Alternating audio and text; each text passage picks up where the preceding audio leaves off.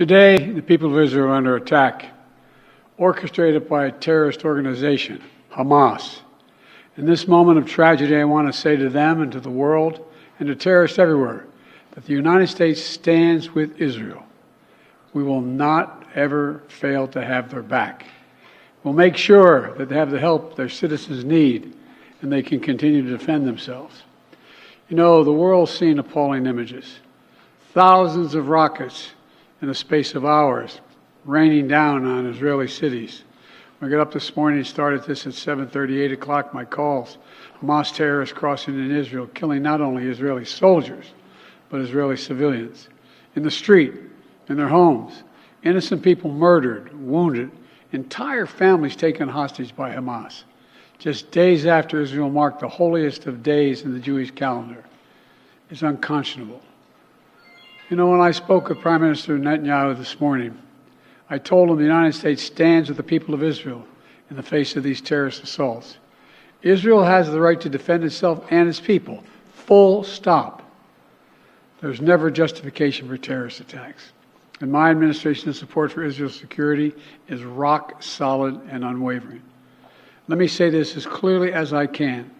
This is not a moment for any party hostile to Israel to exploit these attacks to seek advantage. The world is watching. I've also been in contact with the King of Jordan, spoken with members of Congress, directed my national security team to engage with their Israeli counterparts, military to military, intelligence to intelligence, diplomat to diplomat, to make sure Israel has what it needs. I've also directed my team to remain in constant contact with leaders throughout the region, including Egypt, Turkey, Qatar, Saudi Arabia, Jordan, Oman, the UAE, as well as our European partners and the Palestinian Authority. It's also a terrible tragedy on a human level. It's hurting innocent people.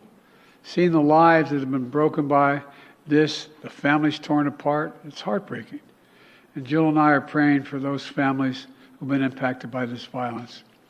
We grieve with those who've lost their loved ones, lost a piece of their soul. We have hope for swift recovery for many who have been wounded.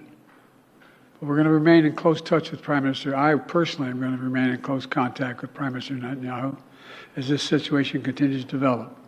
And let there be no mistake, the United States stands with the state of Israel, just as we have from the moment the United States became the first nation to recognize Israel 11 minutes after its founding 75 years ago. Thank you very much.